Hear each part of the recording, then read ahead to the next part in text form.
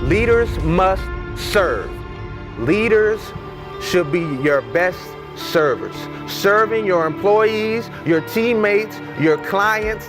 And if you feel that you're too big to serve, then you're probably too small to lead. Leaders know and realize that leading is about impact. You have the opportunity to change lives. Your future opportunities are based on your current choices. Up to the management, I was like, Coach, put me in. Fired. That was my third time being fired.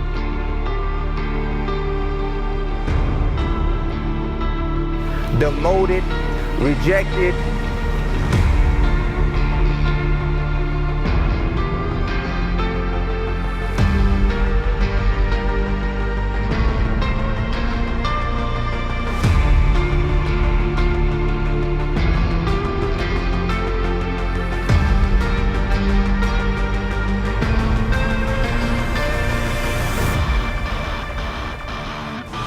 Give it Forsett, left side, and he's in for the touchdown!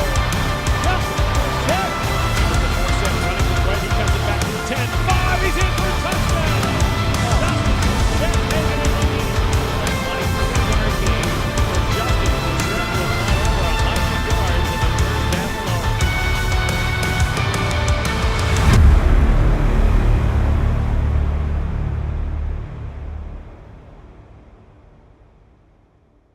All right, let's give a thunderous round of applause for our guest this afternoon, the NFL's little engine that could, Mr. Justin Forsett. Let's give it up right there.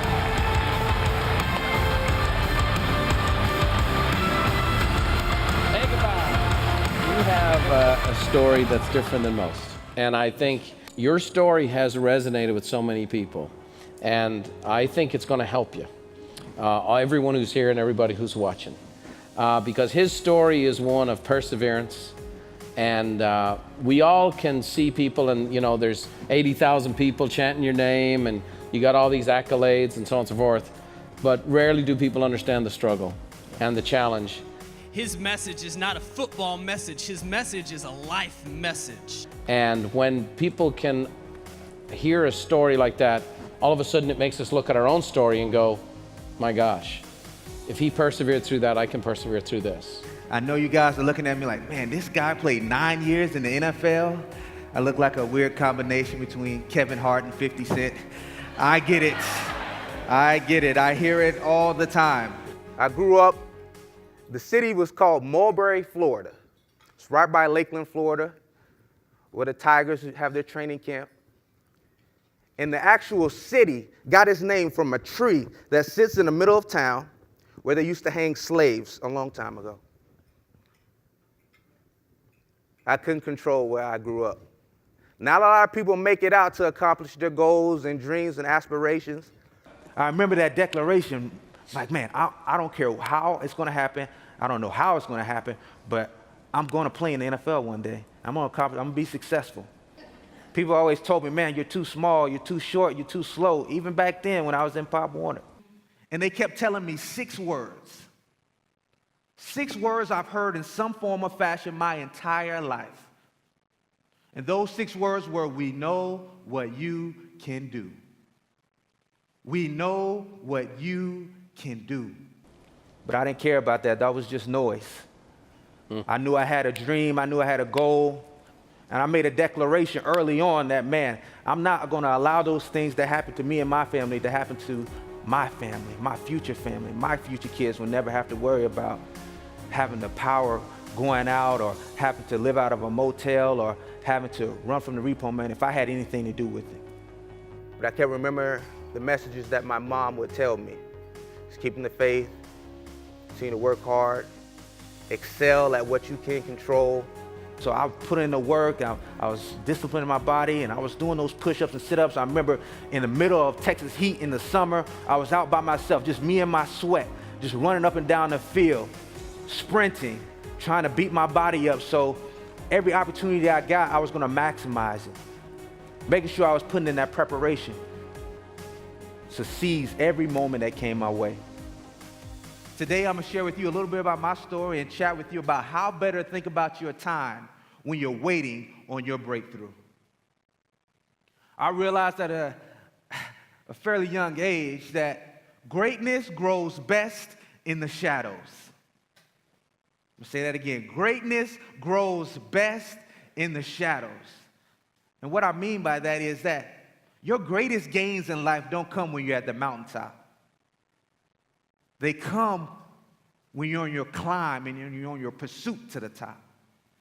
Those are times when you get your greatest breakthroughs and you reach your greatest accomplishments and your greatest gains. I wanted to be mentally sharp and physically sharp. So one way I was able to be mentally sharp was when I was in that back seat on those paper routes, I had a flashlight in my hand and a playbook in my hand. And I was back there memorizing all the plays, all the terminology, because I wasn't going to let anything stand in my way. I wasn't going to let new terminology, a new playbook, a new place, a new college, none of that was going to stand in my way.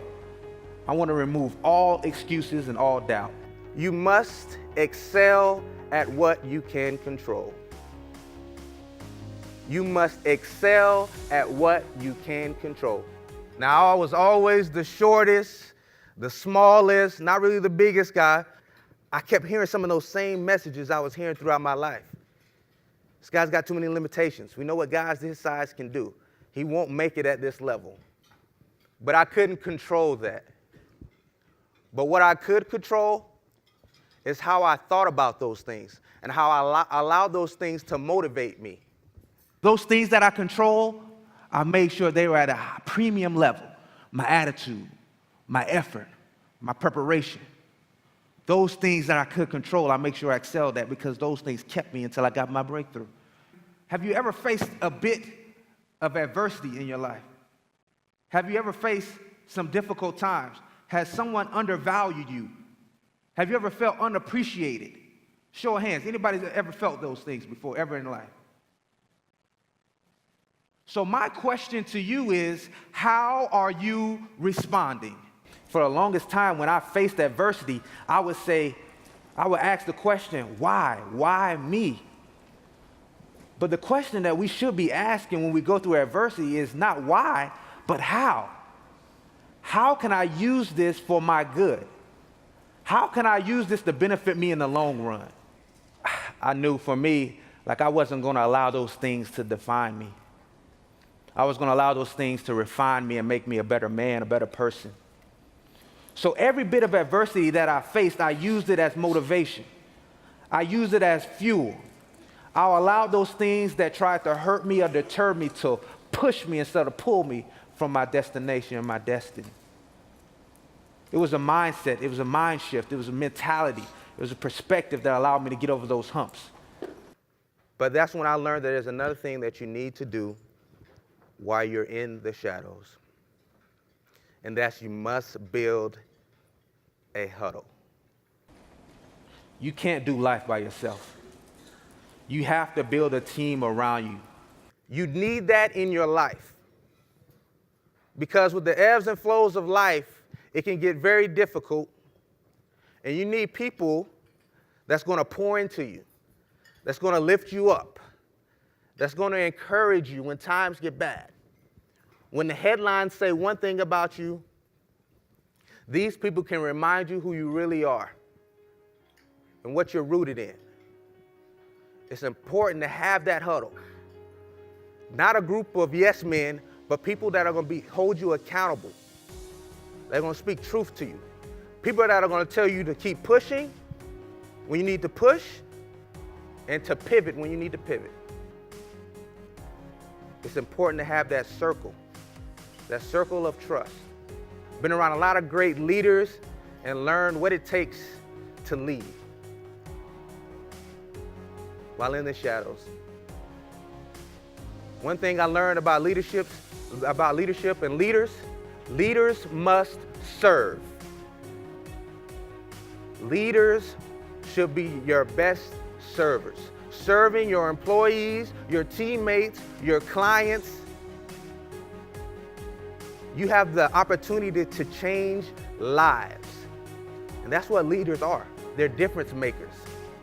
As a leader, people should know when you're there and when you're gone because you have that much impact. Leaders are engaging. They don't project this notion of superiority like I'm up here and you're down there, but they engage with everyone. And it's the little things. And if people are your most important component, then you have to invest mostly in them. It's what I've seen. You have to invest in people. You have to invest in relationships, because when you're performing, it's about chemistry.